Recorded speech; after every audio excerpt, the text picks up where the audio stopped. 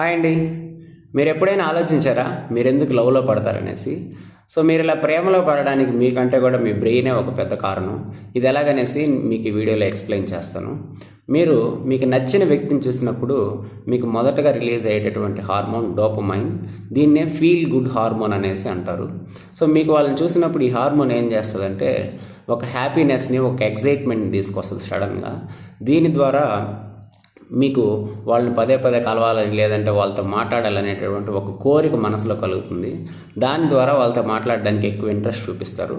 మీరు వాళ్ళతో ఇనీషియల్గా మాట్లాడడం, లేదంటే వాళ్ళతో ట్రావెల్ చేయడం ప్రారంభించాక రిలీజ్ అయ్యేటటువంటి రెండో హార్మోన్ ఏంటంటే ఆక్సిటోసిన్. దీన్నే బాండింగ్ హార్మోన్ అనేసి కూడా అంటూ ఉంటారు. ఈ హార్మోన్ ఏం చేస్తుందంటే మీకు వాళ్ళతో ఎమోషనల్గా మంచి కనెక్టివిటీని పెంచడం, అలాగే వాళ్ళతో ఉన్నప్పుడు మీరు కొంచెం సెక్యూర్గా ఉండేలాగా చేయడం, ఇలాంటి వాటికి కారణమవుతూ ఉంటుంది. దీని ద్వారా వాళ్ళతో మీరు స్ట్రాంగ్ కనెక్షన్లను, అలాగే వాళ్ళతో లైఫ్ లాంగ్ ట్రావెల్ చేయాలనేటువంటి ఒక ఫీలింగ్ని తెచ్చుకుంటారు.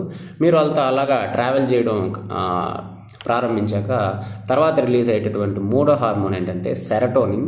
దీన్నే హ్యాపీ హార్మోన్ అనేసి కూడా అంటూ ఉంటారు. సో ఇలాగ మీరు హ్యాపీగా మంచి ఎక్సైట్మెంట్గా ఒక బాండింగ్తో ఉన్నప్పుడు ఏం జరుగుతుందంటే వాళ్ళ గురించి పదే పదే మీరు ఆలోచించేలాగా చేస్తూ ఉంటుంది ఈ హార్మోన్.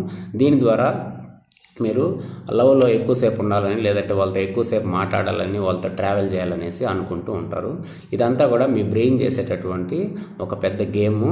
అందువల్ల మీరు లవ్లో ఉన్నప్పుడు మీ యొక్క హార్ట్ బీట్ అనేటువంటిది బాగా పెరిగిపోతూ ఉంటుంది. మీ యొక్క మొబైల్ బ్యాటరీ ఛార్జింగ్ బాగా తగ్గిపోతూ ఉంటుంది. సో ఇది లవ్లో ఉన్నప్పుడు జరిగేది.